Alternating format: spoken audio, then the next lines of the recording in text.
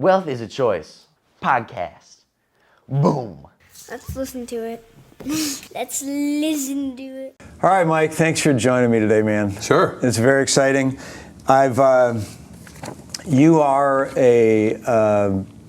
you're a legend in the compliance world. You have a crazy, awesome ability of making compliance fun, helping advisors actually want to be learning and engaged at compliance, and which is necessary because it's so important in our job to be saying and doing the right things out there. Yeah. So thank you for how you do it and getting us all engaged the way that you do. I got into this business a long time ago, predominantly from the standpoint that I want to be able to educate the public about how to have a good relationship with money. Yeah. And then, so that's how I started, and I, started doing some writing and stuff. And the more I was in the industry, sometimes it would be difficult. I'd have to learn how I can say what I want to say. Right. And early on, I found it extremely difficult for me to do the public education that I had really wanted to do. Lately, it seems like it's getting easier. I'm not exactly sure why that is. Maybe I know how to say what I need to say and what I can't say. But it seems like it's getting a little easier, and that makes me very happy. But today, that's what I wanted to ask. That's what I want to talk with you about, is how does this industry educate the public about money, and recognizing that there's a whole lot of people that aren't licensed in this industry that don't have the same guidelines that we have. Right. So,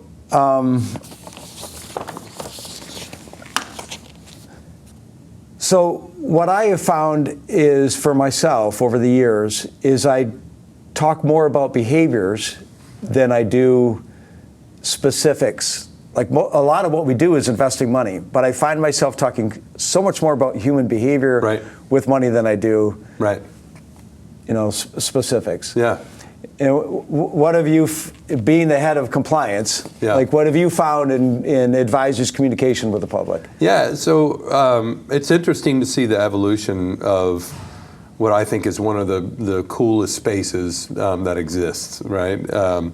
Because of the education component that you're talking about, and so many people need a coach in order to be successful here. But when I say evolution, years ago when I started, it really was, the communication was really all about, what stocks, bonds, mutual funds somebody ought to be involved in, what their performance is, all of those technical things, which it's funny you say it's a lot easier to talk about money. I think it's because we as an industry, largely, not in totality, have evolved into a more educational approach.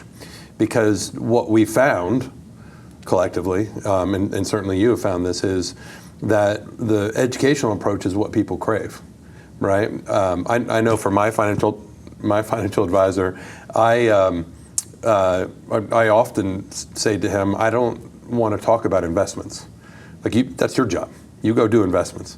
What I want to talk about is the ideas, right? The planning behind where I need to be, where I need to go, or even what's going on, right? Tell me about, what's happening in the world today, right? And so that has bled into most people's practices, and certainly the people who that I work with, right? They are primarily planners and educational related advisors, and that makes it easier, going back to it's easier commentary for me to review, perhaps edit, but also be able to approve in a really easy way the comments and content that's being pushed out into this space, because it is less about, what are the charts, what are the graphs, and it's more about, what can we do? And so I think you've experienced this as well. As people get more into that practice, they realize not only is it what people need, but it's a lot easier to get that content out, because all of the rules that FINRA puts on us are really based on charts and graphs, right? And so, and people have naturally gravitated that way. I don't think it's designed this way, but in having to talk a lot more about behavior, I do think that's a more productive way of communicating financial strategies and methods with people. Right. Anyways, Yeah. if we had spent all of our time talking about what investment might be the best investment, as you know, it changes all the time, Yeah. and past results have nothing to do with the future and all Yeah. that stuff. That's it. And it can be very unproductive, and it can, be misguided because you're constantly chasing Yeah. something. Yeah. And behaviors last; they have stickiness to them. Yeah. Yeah, I don't know if you know this, but I started out in this business as an Edward Jones rep. And I remember knocking on doors and people saying, well, what's the 10 banger you have for me, right? Like, what's the hot ticket? And, not surprisingly, none of those relationships lasted. So. Yeah. One of the things that, when it comes to education and most people's exposure to money is in a 401k plan. And so I don't know what is going on in that world, and I'd like to hear from you on an education standpoint. Years and years and years ago, I was at a Federal Reserve office, and we were having a meeting on financial education of the general public, and a lot of youth and in schools. And there was somebody there that was from the government that was working in the 401k space. And he told me about a study that they had just conducted. They called it the JAM study. And this is before target retirement date funds were widely implemented, but this was kind of the emergence of them. And he said that a lady had gone to a grocery store and she had 40 jars of jam. And she measured how many people tested the jars of jams, taste tested them, and how many jars of jams were bought. And then she'd go to a grocery store and she'd have like 10. And she'd measure how many they taste tested, how many they bought. And what they found was that way more jars of jams were taste tested and bought when there was only 10 than when there was 40. Right. And back at that time, this was a long time ago, 401ks had this huge menu of investment options, and now they have like this, a bunch of target retirement date funds and 4 more. Yep. And at the time, that conversation kind of bothered me because we were having a financial education dialogue at this Federal Reserve building. And to me, that was like dumbing down the retirement plan, which I kind of understood. I get the JAM study thing. I do understand that. And there's a lot to be said for motivating people to actually just get started. But since then, I don't know if the retirement plan space is such a vital piece. This is people's like biggest asset, hopefully, their biggest asset. I don't know if in the retirement space, with a lot of the rules or regulations, it's become easier to educate or more difficult. And it seems like it's become, and this is where I really would, like, maybe I'm naive about it, but it seems like it's kind of become more narrow focused in the 401k to not have conflict of interest about advising about other things to do with money. Yeah. So the 401k, agree, it's certainly where I think most people have their money. And I think that it's interesting because studies continue to show that the educational materials that are provided to 401k participants are largely ignored. It isn't that hard to provide material from a regulatory and a compliance perspective that probably tells people the story that they need to be told. But the reality of it is that the story people need to be told, and I think this goes into non-qualified money as well, is put money into the account, right? That's the story, right? And so I think that I know that is where that segment of our industry has really focused their time and efforts, is on educational sessions in the employers, in the place of business. And really what that focus is, look, you probably don't know what you're doing, and that's cool, because we have 10 of these things. And by the way, how old are you? Oh, okay, you need to have the target date fund that goes out this far. Right. It's real easy for you. Right. Put in $100 a month or paycheck, whatever it is, right? Do what you can, put the money in, and people don't largely want to hear more than that. Okay. Right? And that I wish they did. I wish they did too. Yeah. But the thing is, you think about who we're talking about here. We're not talking about people typically who already have wealth or who are building a nice nest egg. We're talking about people who have 3 kids at home and struggle to buy milk and you know, they just need to get started.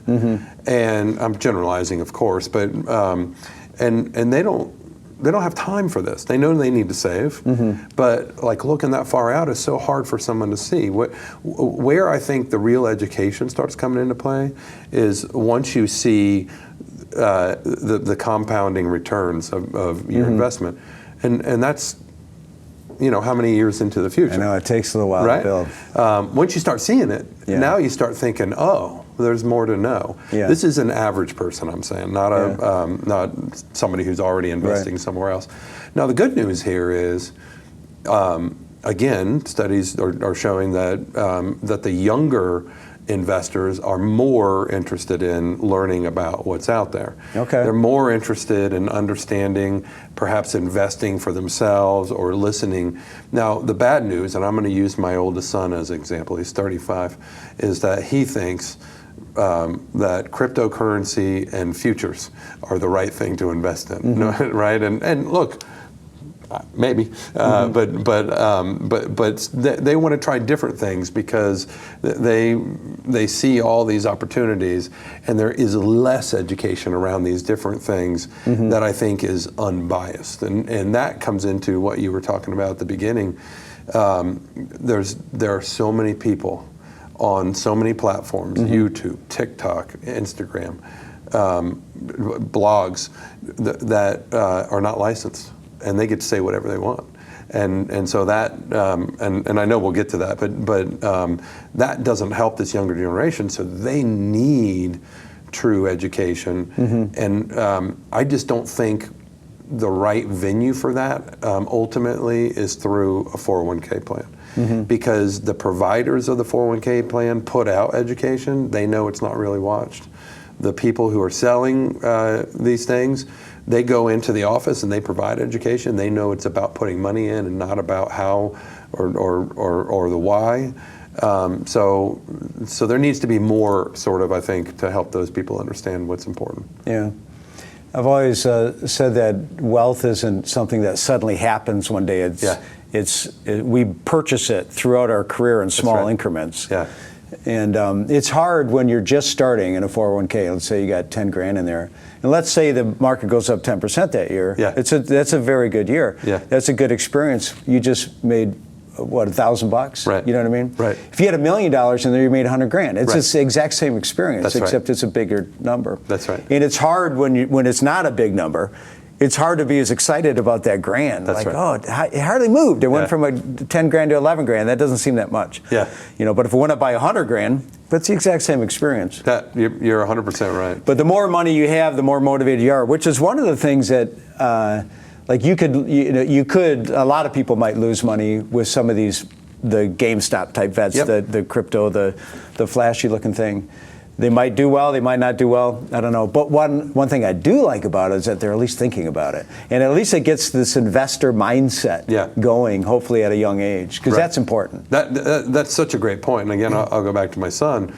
When I was a much younger person, I was that person who had kids and didn't really know what to do, but I'm just putting as much as I could into a 401k. And years ago, he started really being interested in what's out there, you know, looking at housing market, looking at different types of investments. And you're right, that interest sparks a desire for education. Yeah.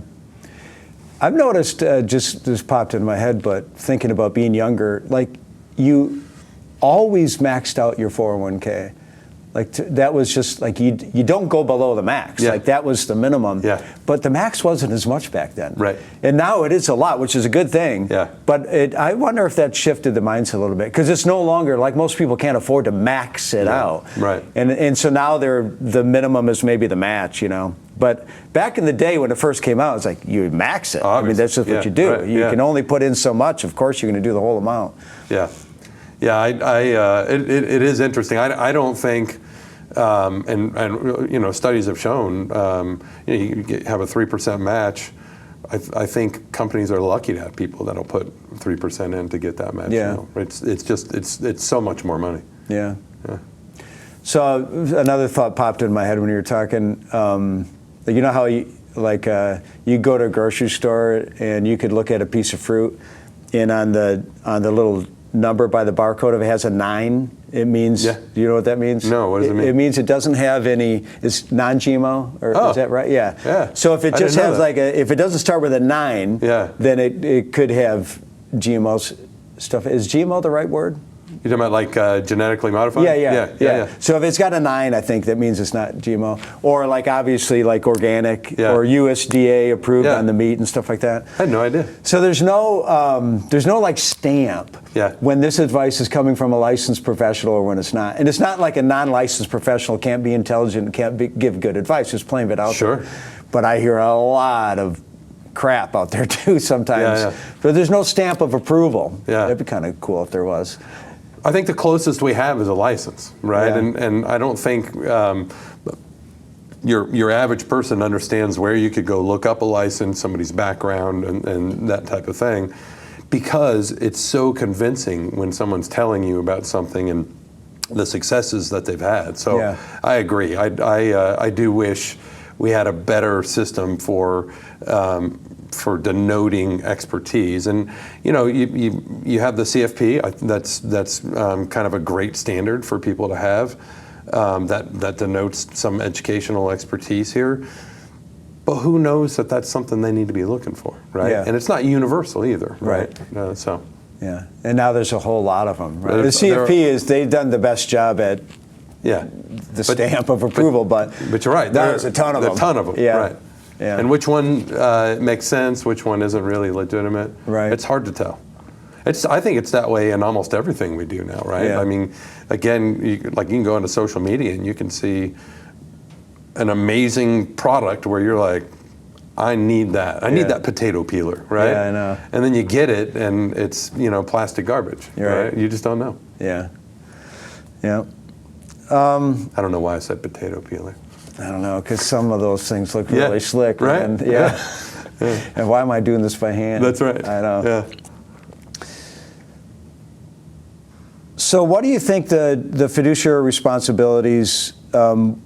Does that create obstacles for us to educate the public, or do you think that working within that system, it could be actually more productive? What do you mean? Give me more. Well, it's fun that I'm talking to you because what I'm like. What can I say? What can't I say? So we don't talk about investing directly that often. Mm-hmm. We don't talk about returns. We don't talk about a particular investment being better than another one. So we avoid, which is the lion's share of the work that we do. Right. And this is how people become wealthy. So we avoid a lot of that discussion, especially in the general public. And I was talking to somebody about this, where if I was in front of a big space, like 1,000 people, and I'm talking about money, there is no way I would ever say something about what I thought would be a good investment. Right. 3 weeks later, it could be a horrible investment. You know That's what I mean? right. Like I would never, ever, ever do that. Yeah. So in a way, our restrictions force us to talk about things that last, like behavior and stuff like that, rather than the things that people might think we would talk about most often. So sometimes it seems like it's a restraint. But then when I think about it, sometimes I think, well, maybe in the end of the day, this is better. Yeah, I get it now. So look, a lot of the rules around advertising and what you can talk about are centered on fair and balanced, and doing what's in the best interest of a client or a potential client. if you're standing on a stage and you say, I think that Apple is the best stock that you can buy, and you're talking to 100 people, well, maybe for 80 of those people even, right? But what about the other 20? You don't know any of their investor profiles. You don't know anything about them. And so that's the argument that we always give for why you can't give these specific recommendations and why education is a better option, right? You could instead say tech sector equities are a good place to be, or retail tech is a great place to be, right? But you always want to follow up with if, right, it's the right thing for your client profile, because to your point, someone could walk out and go buy Apple, and then they decide they didn't really like it. They're going to come back to you and say, you gave me a recommendation. You're like, whoa, I was just on stage. What's going on here? So I think that's been a long-standing rule, and I think a really good practice. While it is core to what you do, I'll call it core to what you do. I think education's core to what you do, but it's a big part of what you do. I think those sorts of conversations are best had once you know who a person is and what their goals are, their objectives, what their financial profile is, because then you can make a recommendation that makes the most sense. Now, that being said, education is so vital in our space, and I think I think it's incumbent upon us to educate, and certainly a good business practice also. So that's where you talk about the asset allocation and the different types of things that you might go into in a broad level. I think that's the right way to approach that conversation. And then talk to your individual client or prospect about what makes sense individually. Okay. So it does seem like it's easier to get communication through the compliance department. Yeah. Is this something that's unique to you guys being so awesome at reviewing things, or is it because I think there's a lot of advisors that had grown accustomed to not educating as often as they might. Yeah. Because of the lag, the delay, and whatever. So they repurpose canned material maybe, or they just don't educate that often at all. Are you seeing an increase in people educating the public? And is it easier to get? Is there something that's happened that's gotten things easier to be approved, or what's going on? So first of all, yes, I am awesome. Second of all, look, and I'm not saying I'm unique, but I set out 20 years ago when I was meeting with advisors and talking about pain points and trying to understand what it is that I could do, because I love what I do. I love taking regulations and rules and turning them into digestible concepts, into something that people understand, and more importantly, maybe understand the need to comply with, right? Because the old version of compliance is somebody like me saying, go do this, and then when you don't, then I punish you for it, right? And that's also the old version of parenting, right? It's how I was parented. It's how I parented my kids, I'm ashamed to say. But as people have evolved, you come to find out that really partnership and education is a much better tactic for helping people understand what they should be doing and helping them want to do the right thing, even if they don't like it, right? I mean, compliance sucks, but but you understand the whys behind it, and so I have had the good fortune to build a program centered around relationships and education, and helping people get to a point where they know that that I'm going to listen, and they know that they're going to listen, and they know that we're going to come to a place. I shouldn't do that. That we're going to come to a place where we can have a mutual agreement. Now, I might tell you something, you might tell me your counter argument to it, and I might go back to you and say, yeah, but the regulation won't allow it, right? So maybe our mutual agreement is you not getting what it is you were wanting to accomplish.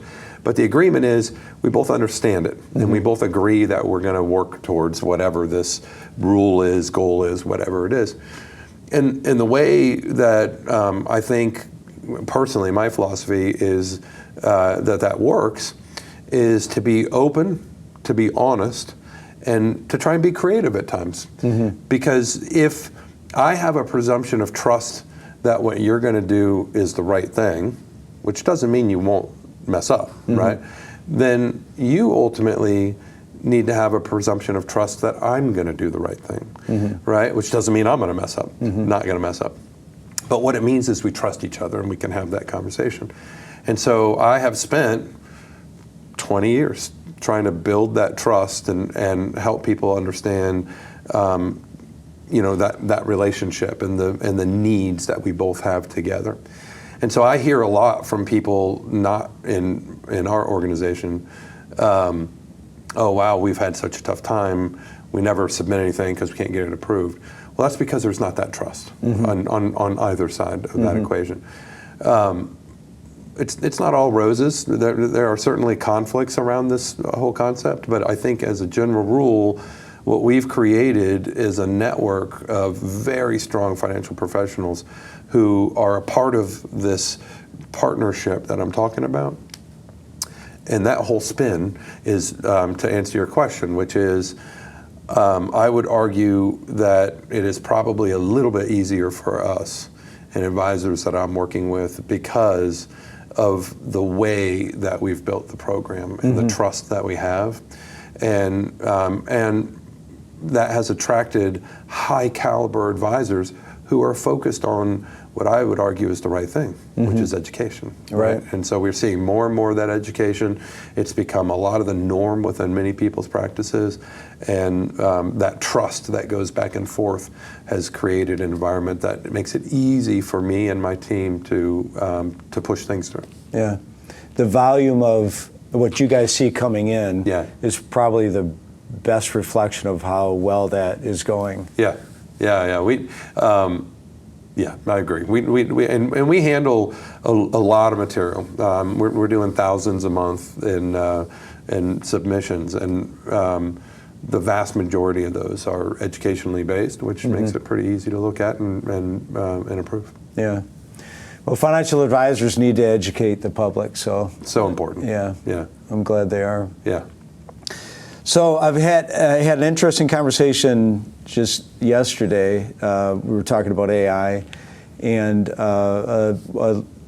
of the ladies I was talking to, she was a financial advisor in the D.C. area, and she was somewhere getting on a train or something, and I don't know where she was, grocery store or something. And I don't know how the conversation came up, but randomly somebody was talking about money and Social Security, and they asked her a question about whether or not their spouse should take Social Security first, and then them. And on the train.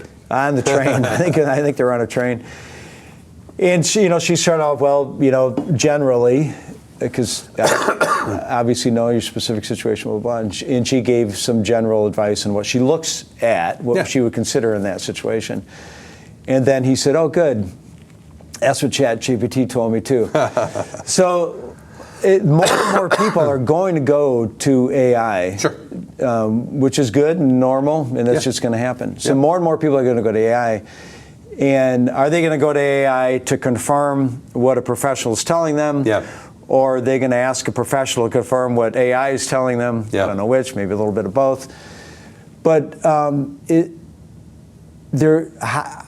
don't know how that's going to work, because that's not regulated at all. Will that ever be regulated? You can learn or read or hear anything. And the more I've used AI, the more I've realized, I keep saying this thing, it makes smart people smarter. When I go to AI on a topic that I know nothing about, I can end up with some pretty bad advice. When I go to AI on a topic that I am somewhat familiar in or very knowledgeable in, I can get some tremendous information out of it. Right. So how is this going to work with AI being this, this main source that people are going to go to for financial advice? It's not regulated. Yeah. Wow, there's a lot to unpack there. So first of all, I'll say this, if you haven't done this, ask ChatGPT the same question 3 different times. Yeah. You're going to get 3 different answers. Yeah. And if you ask, Claude versus ChatGPT, you're going to get different answers. Yeah. And so you have to be so careful about the information that you're getting. And I think that the technology is still so new that people are willing to accept what it is that they're being told. Right. You put it in, you get your answer. It seems really smart, so this must be correct. And a lot of times it is. Yeah. Right. Which is, I think, part of the danger. So it's also affirming a little bit too often, awful. I think. 100%. Yeah. So I think that there is, I think there is something, and I'm not quite sure what it is. I have an idea I'll throw out, but there is something that we need to do as an industry to help bolster this technology that is not going away. It's important to us, right? We need it. Oh yeah. Right? We don't need it, but we've come it's to rely here, on it, and right? It's useful. It's very, amazing. very useful. Yeah. I use it every day. So what can we do as an industry to make sure that we're helping people understand the limitations of the technology, and to really, what I think is to reinforce our role as a coach to these people, because I don't think AI is going to be a coach. Sure, there are apps, whatever, that are like, go get them, but how effective are they really in dealing with, the changes that someone's facing and the different things? And I think if we are quick to embrace AI and our clients' use of AI as a help to what we're trying to show them and teach them, then I think we have a chance to help people steer away from the bad advice that they might be getting at any point in time. I think there are people who have not yet embraced it, and so they focus on, that's not good. And I think we instead need to people being in the industry. In the industry, yeah. And if you tell my wife that AI isn't good, she's done talking to you, right? Yeah. I mean, it finds all the best clothing deals that you can find, right? So you need to. I think we, the industry, need to embrace it. We need to figure out how to incorporate that into what we're doing. Now the problem is, there are so many AI tools out there, and they just more and more get generated every day. We get asked about every day more and more of these apps, and we have to be careful because they are not necessarily safe, right? If you are putting in your own or someone else's personal information, we have to know that it's secure. Right. And what we found as we're doing our analysis is that that security is tough to follow, because top layer app, okay, that's great, but now they're using ChatGPT, and then ChatGPT is down here using Anthropic, right? And how do you wade through all those layers to make sure that your personal information isn't being exposed to the world? Right. And so that is an important consideration in all of these things. They've got to be vetted thoroughly. But I think they're great tools. I don't think that they're going to ultimately replace human beings as financial professionals, because I think people need a human connection. I think they need this. Yeah. They need to talk through their worries and concerns. When you're sitting down with a client, how many times are you talking about investments versus grandma in the hospital, right? They're not going to get grandma in the hospital from ChatGPT. So I think there's a great way to use it, encourage it, help it to support us, but it doesn't overcome us in what we do. Yeah, I don't think so either. Yeah. I mean, it can't obviously understand loss or gain. Right. It can't comprehend it. Right. And that's a huge part of life. Yeah, right. Yeah. Right, absolutely. Yeah. the emotional aspect of money needs to be recognized and addressed. And yeah, absolutely. Yeah. Such a huge part of it. Yeah. But on the education side, it's going to be a huge source of education for people. Oh, that's great. And it can say anything it wants to say. That's where the validation comes in. Yeah. You've got to validate. Yeah. Let's see. I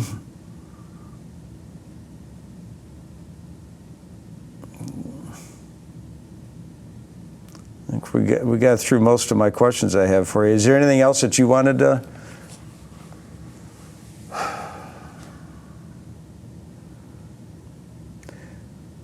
Yeah, look, I don't know is the real answer, but I'll keep talking. I love what you're doing around education, because the core of what people need is education. Whether you have great wealth or whether you're just getting started or you're somewhere in between, there's something that you're going to need to know to try and help you and your family have a better situation. Maybe it's estate planning at the end of the whole path. Maybe it's just how to get started, how to budget, right? And I think if we as an industry continue to focus on that, then we will help people find success on this journey. Yeah, thank you. Yeah. I agree. I've got one more question for you, but I've got something to share real quick. So Kestra had the big conference not that long ago. Yeah. Ascend. Yeah. And it always wraps up with you doing a compliance meeting. Right. And you do a phenomenal job of making it fun. Thank you. So this year the theme was cooking. Yeah. You came out with a big chef hat. Right. And when we sat down at all of our tables, we've got these paper little chef hats. Right. Kind of like being in grade school. Yeah. And nobody had their hats on. Yeah. And you walked into the room and you walked through and you went up to the front and you turn around. You don't have a microphone or anything. There's like 1,000 people in the room, people standing up, talking, everybody mingling, all kinds of noise. And you turn around and you just looked at everybody. You're like, your hats. Or you said something, your hats. Yeah. And immediately like 1,000 people put a paper hat on top of their head. Yeah. And we sat there with these big chef hats on top of our head, and you went up and you started the presentation, and that to me, my friend, is respect. Yeah. I thought that was so Not cool. a lot of people could do that without a microphone. You didn't say very many words. Yeah. Everybody knew exactly what you expected. Yeah. And everybody complied immediately because we love you and we have respect for you. And that was thank very you. cool to see. That was a cool moment for me too. I like to goof around, and that was a goof around, but I said it in a sort of a stern chef voice. You did. And the fact that so many people put their hats on was meaningful. Immediately, I did. I didn't have my hat on at the time. I did. I looked around like, damn, that's impressive. Yeah, that was very cool. Yeah, that was fun. Yeah. Last question I have for you. The name of this podcast is Wealth is a choice. Boom. And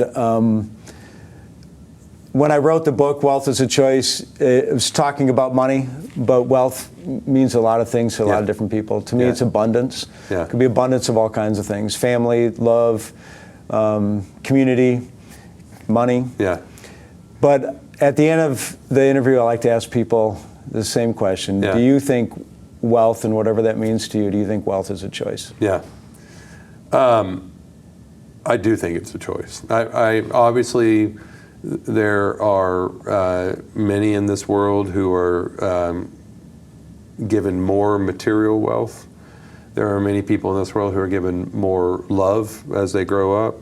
And so maybe you could say they're given a leg up. I'll say it. They're given a leg up.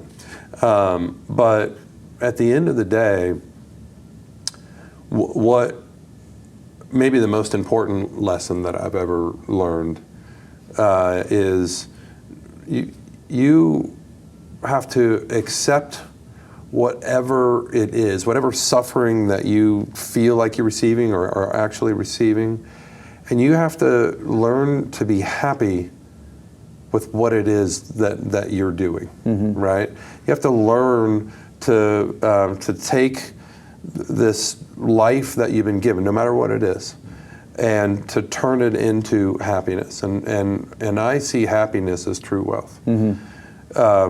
And I also believe, by the way, that with happiness, true wealth, that breeds additional success in life. Maybe it's because people notice the attitude that you have and you're able to get a better job. Maybe it's because you yourself have a positive attitude and your idea about what you want is more crystallized because you're able to really examine your life and what it is you want, and you've created goals for yourself and you're now working towards those goals, and because you believe that you can get these things done, they have a more likelihood to actually get accomplished. So I think that you have to willingly commit yourself to deciding that no matter what befalls you, you are going to be a happy person. And you're going to enjoy every ounce of what life gives to you. And when it's bad, you're willing to look at it, you're willing to hold it, and decide that's not what's going to drive who I am in life. And so that's the choice.